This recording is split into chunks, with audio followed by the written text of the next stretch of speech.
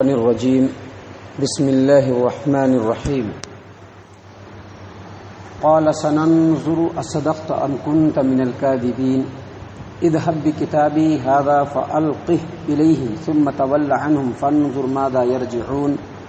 قالت يا أيها الملأ إني ألقي إلي كتاب كريم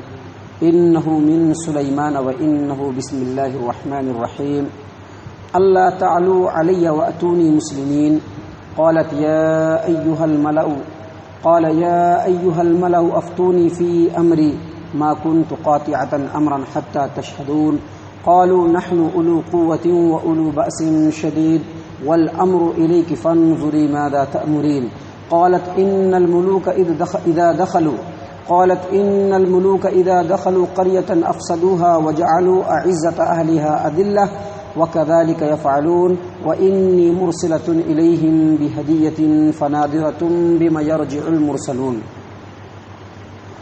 محترم سامعین کرام، یہ سورۃ النمل ہے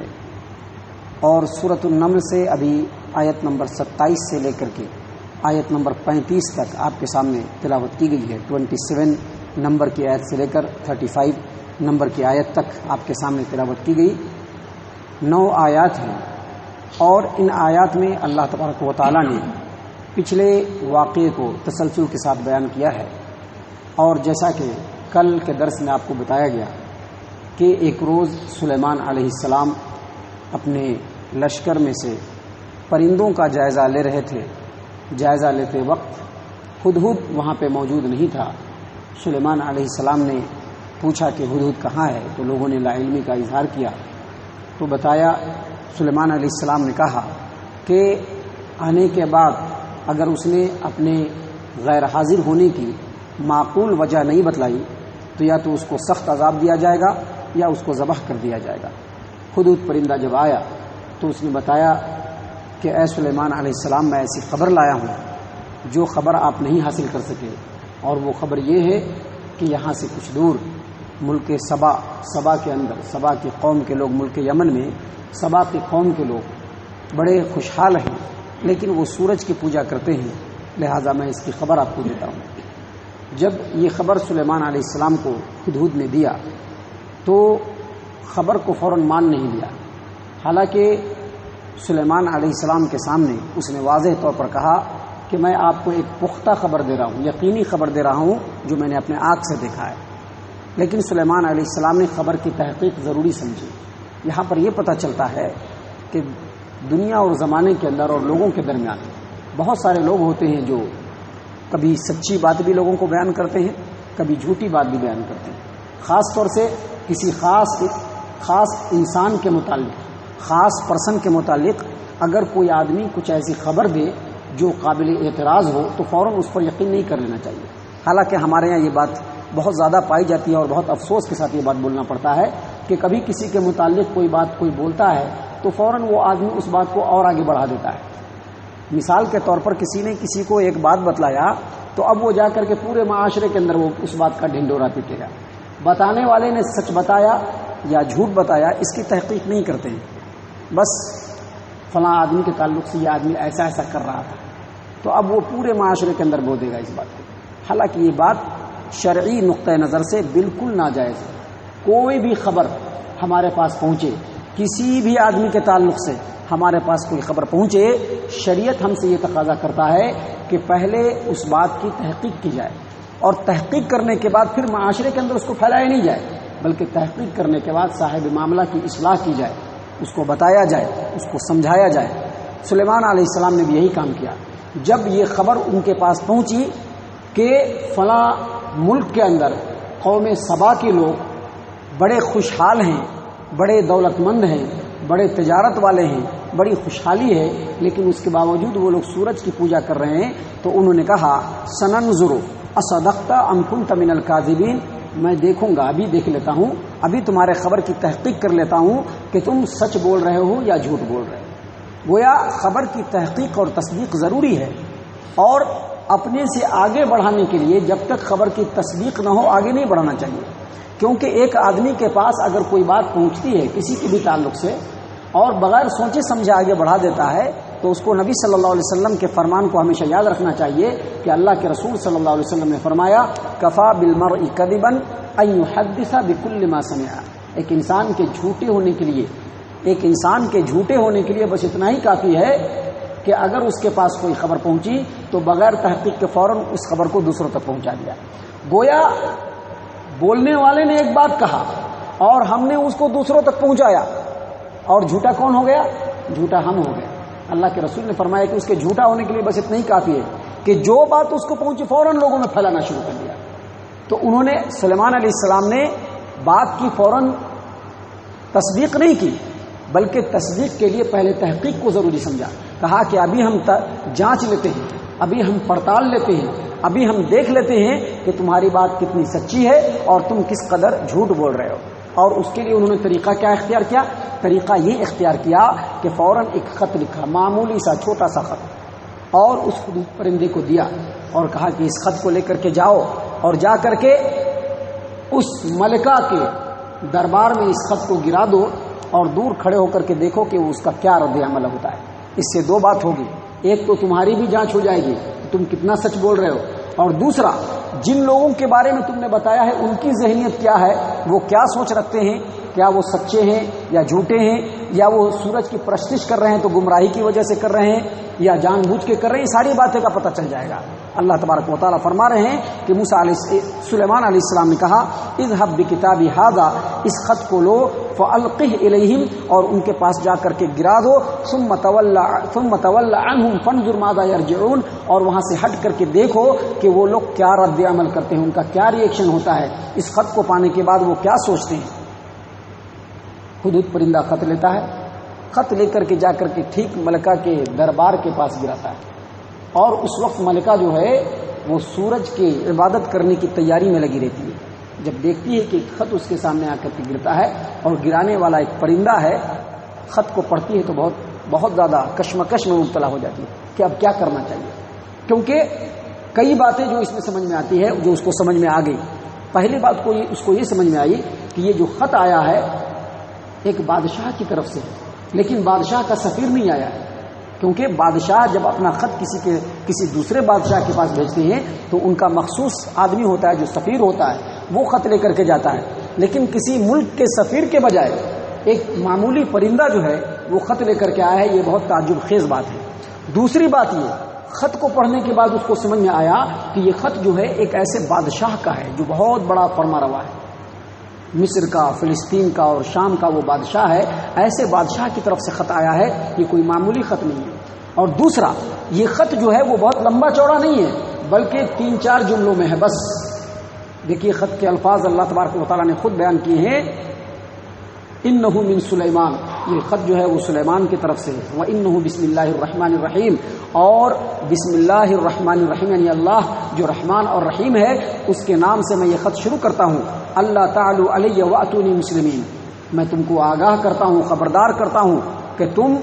ہمارے سامنے شرکشی مت برتو، بلکہ جیسے ہی یہ خط ملے فوراً فرما برداری کرتے ہوئے میرے پاس چلے آؤ. بس اتنے ہی خط میں لکھا ہوا ہے، بہت ہی مختصر خط، لیکن اس میں مکمل اطاعت کرتے ہوئے سلیمان علیہ السلام کے دربار میں حاضری کا مطالبہ کیا تھا. یہ بھی اس کو اچنبھے میں ڈال دیا. اور چونکہ خط بہت مختصر تھا اور خط کے اندر کلیئر طور پر لکھا ہوا تھا کہ بالکل مطیع اور فرما بردار ہو کر کے ہمارے دربار میں آنا ہے، تو اس سے وہ عورت سمجھ گئی، وہ ملکہ سمجھ گئی کہ سلیمان علیہ السلام کوئی معمولی بادشاہ نہیں بلکہ انتہائی طاقتور بادشاہ ہے. کیونکہ اس خط میں یہ بھی وضاحت کر دی گئی تھی کہ اگر شرکشی برتی تو پھر تمہاری خیر نہیں، نقصان کے تم خود مالک ہوگے، نقصان کے تم خود مالک ہوگے. گویا اس سے یہ پتا چلا کہ خط میں کسی طرح کی کوئی لچک کی بات نہیں تھی. بہت سارے لوگ ہوتے ہیں نا، کسی کو کچھ سمجھانا اور بتانا تو بہت بنا کر کے بولیں گے، کیوں؟ تاکہ اگلے کو برا نہ لگے. حالانکہ حق بات کو ہمیشہ سیدھے سادے انداز میں پیش کرنا ہے، کیونکہ انسان کی جو سمجھداری ہوتی ہے نا وہ بہت زیادہ سمجھداری ہوتی ہے. بات بولنے والا کچھ اور بولتا ہے، سمجھنے والا دونوں طریقے سے سمجھے گا. تو بات کو بنا کر کے نہیں بلکہ بالکل بے لچک انداز میں سلیمان علیہ السلام نے خط لکھ دیا. یہ تمام چیزیں اس کو پریشان کرنے لگی. جب اس خط کو اس نے دیکھا تو اس کو بہت پریشانی ہوئی اور جب پریشانی ہوئی تو فوراً اس نے اپنے درباریوں کو، اپنے وزیروں کو، اپنے سرداروں کو جمع کیا، جمع کر کے ان سے مشورہ لینا شروع کر دیا۔ اللہ تبارک و تعالیٰ فرما رہا ہے کہ اس عورت نے، اس ملکہ نے فوراً اپنے درباریوں کو جمع کیا اور کہا یا ایھا الملأ انی القی الی کتاب کریم، میرے پاس بہت ہی اہم ترین خط آیا ہے، ایک بہت اہم خط آیا ہے، انہ من سلیمان، یہ خط جو ہے وہ سلیمان کی طرف سے ہے، وانہ بسم اللہ الرحمن الرحیم، اور انہوں نے کہا ہے کہ میں شروع کرتا ہوں اللہ کے نام سے جو رحمان ہے اور رحیم ہے، اللہ تعالی علی واتونی مسلمین، اور اس نے یہ لکھا ہے کہ میرا یہ خط ملنے کے بعد سرکشی اختیار نہ کرنا، بغاوت اختیار نہ کرنا، بلکہ بالکل فرما برداروں کی طرح سے میرے پاس چلے آنا۔ یہاں پر واتونی مسلمین جو ہے مسلمان ہو کر کے چلے آنا، اس کا دونوں معنی ہے۔ ایک معنی یہ ہے کہ بالکل فرما بردار ہو کر کے ہمارے حضور، ہمارے بادشاہت کے حضور میں چلے آنا۔ دوسرا یہ ہے کہ جو سورج پرستی تم کر رہے ہو اس کو چھوڑ کر کے فوراً اسلام کو قبول کرنا اور مسلمان ہو کر کے میرے پاس چلے آنا، کیونکہ سلیمان علیہ السلام بادشاہ وقت بھی تھے اور نبی بھی تھے، لہٰذا انہوں نے کہا کہ مسلمان ہو کر کے چلے آنا، ایک تو اللہ کا فرما بردار ہو کر کے بھی چلے آنا، دوسرا میرا فرما بردار ہو کر کے بھی چلے آنا۔ عورت نے لوگوں کو جمع کیا، بادشاہ نے، ملکہ بلقیس نے، اور کہا یا ایھا الملأ، اے سرداروں، اے درباریوں، افتونی فی امری، یہ معاملہ بڑا پیچیدہ ہے، کوئی معمولی بادشاہ کی طرف سے یہ خط نہیں ہے، لہٰذا اس معاملے میں ذرا تم مشورہ دو کہ ہمیں کیا کرنا چاہیے۔ ما کنت قاطعۃ امرا حتی تشہدون، میں نے اب تک کسی بھی معاملے میں جب تک تم لوگوں نے مشورہ نہیں دیا میں نے کوئی فیصلہ نہیں کیا ہے، لہٰذا اس پیچیدہ معاملے میں بھی اے دربار کے لوگوں تم سب مل کر کے مجھ کو مشورہ دو۔ درباریوں نے کہا قالوا نحن اولو قوت و اولو باس شدید، ہم لوگ بڑے طاقتور بھی ہیں اور بڑے سخت جنگجو بھی ہیں، اور آپ کہیں گے تو ہم اپنی جان لڑا دیں گے، لیکن اے ملکہ آپ بادشاہ ہیں، آپ صاحب اختیار ہیں، پورا اختیار آپ کو ہے، آپ جو فیصلہ کریں گی ہم اس کو ماننے کے لیے تیار ہیں، لہذا آپ ہی فیصلہ کریں گے۔ گویا آیت کریمہ کے اس ٹکڑے سے واضح طور پر یہ بات ثابت ہو گئی کہ اگرچہ سبا ملک میں بادشاہت تھی، قوم سبا کے اندر بادشاہی نظام تھا، بادشاہانہ نظام تھا، لیکن اس کے باوجود جو بادشاہ تھی وہ کوئی ہٹلرزم کے اندر نہیں تھی کہ بس جو چیز آیا ہم خود فیصلہ کریں گے، بلکہ اس کا یہ دستور تھا، اس کا یہ عمل تھا کہ وہ اپنے درباریوں سے مشورہ کرتی تھی اور مشورہ کر کے ہی کوئی فیصلہ کرتی تھی۔ اس سے یہ سمجھ میں آتا ہے کہ کسی بھی اجتماعیت کو برقرار رکھنے کے لیے سنگل وے میں کبھی بھی فیصلہ نہیں کرنا چاہیے، بلکہ باہمی مشورے سے ہی فیصلہ کرنا چاہیے۔ جیسا کہ وہ ملکہ بلقیس جب اس کے پاس کوئی بھی معاملہ پہنچتا تو وہ اپنے درباریوں سے، اپنے سرداروں سے مشورہ کرتی تھی اور مشورہ کرنے کے بعد ہی قدم کو آگے بڑھاتی تھی۔ جب اس نے دیکھا کہ اس کے جو درباری ہیں وہ مشورہ نہیں دے رہے ہیں بلکہ یہ کہہ رہے ہیں کہ اگر آپ چاہیں اور آپ لڑائی شروع کریں تو ہم لوگ بڑے طاقتور ہیں، ہم لوگ لڑائی میں ماہر بھی ہیں، ہم سلیمان علیہ السلام سے لڑنے کے لیے تیار بھی ہیں، تو بادشاہ ملکہ جو تھی اس نے فوراً اقدام نہیں کیا بلکہ پہلے توقف کیا اور اس کے بعد لوگوں کو سمجھایا کہ دیکھو یہ جو خط آیا ہے یہ کوئی معمولی بادشاہ نہیں ہے، اس کے پیچھے بہت بڑی طاقت لگ رہی ہے مجھ کو، اس کے جو لکھنے کا انداز ہے یہ معمولی انداز نہیں لگ رہا ہے۔ اور سلیمان علیہ السلام کا جہاں تک مسئلہ تھا، اللہ نے ان کو طاقت و قوت دی تھی، اللہ نے ان کو بادشاہت دی تھی، ایسی بادشاہت کی ویسی بادشاہت آج تک کسی کو نہ ملی۔ اب وہ یہ تو گوارا کر سکتے تھے کہ صاحب بغل میں جو سبا قوم ہے، یمن ملک ہے، وہاں کی جو بادشاہ جو لیڈی ہے وہ سورج پرستی کو چھوڑ کر کے اللہ کے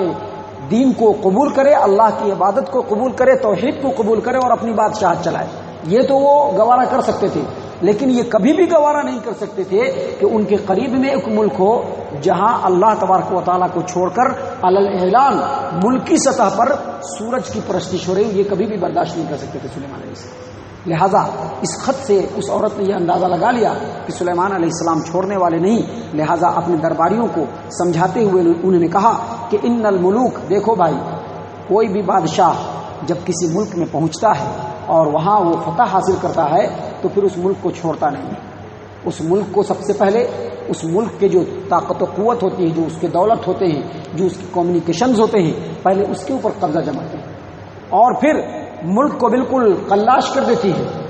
اور وہ بادشاہ جو ہوتا ہے جو اس ملک کے اوپر فتح حاصل کرتا ہے، اس ملک کے بڑے بڑے لوگوں کو موت کے گھاٹ اتار دیتا ہے یا قیدی بنا کر کے لے چلتا ہے۔ لہذا بہتر یہ ہے کہ اس معاملے میں پہلے غور و فکر سے کام کیا جائے۔ اس نے کہا قالت ان الملوک اذا دخلوا، جب کوئی بادشاہ کسی ملک میں داخل ہوتا ہے، افسدوها، وہاں فتنہ و فساد پھیلاتا ہے، وہاں بربادی کرتا ہے، وجعلوا عزت اہلها اذلہ، اور وہاں کے جو بڑے بڑے لوگ ہوتے ہیں اس کو ذلیل و رسوا کرتا ہے، یا تو موت کے گھاٹ اتار دیتا ہے یا پھر غلامی کی زندگی بسر کرنے پر مجبور کر دیتا ہے۔ وَكَذَلِكَ يَفْعَلُونَ، اور مجھ کو لگتا ہے کہ سلیمان بھی ایسا ہی کرنے والے ہیں۔ لہٰذا میں نے ایک چیز سوچی ہے، میرا ایک اسکیم ہے، میرا ایک پلان ہے۔ کیا پلان ہے؟ انی مرسلۃ الیہم بہدیۃ، میں سلیمان علیہ السلام کی خدمت میں کچھ ہدیہ بھیجنا چاہتا ہوں، تاکہ اگر میں ہدیہ بھیجوں تو مجھ کو سمجھ میں آ جائے کہ سلیمان کس قسم کے آدمی ہے، کس قسم کے بادشاہ ہیں۔ لہذا اس نے یہ کیا کہ بہت سارے مال و دولت، سونے کی اینٹیں اور بہت سارے ایسی چیز جو کہیں ملتی نہیں ہے، ان تمام طرح کی قیمتی چیزوں کو تحفے میں سجا کر کے، اور کچھ ایسے لوگوں کو منتخب کیا جو بڑے ہی خوبصورت تھے، ان کو لے کر کے سلیمان علیہ السلام کی خدمت میں بھیجا۔ کہا کہ انی مرسلۃ الیہم بہدیۃ فناظرۃ بما یرجع المرسل،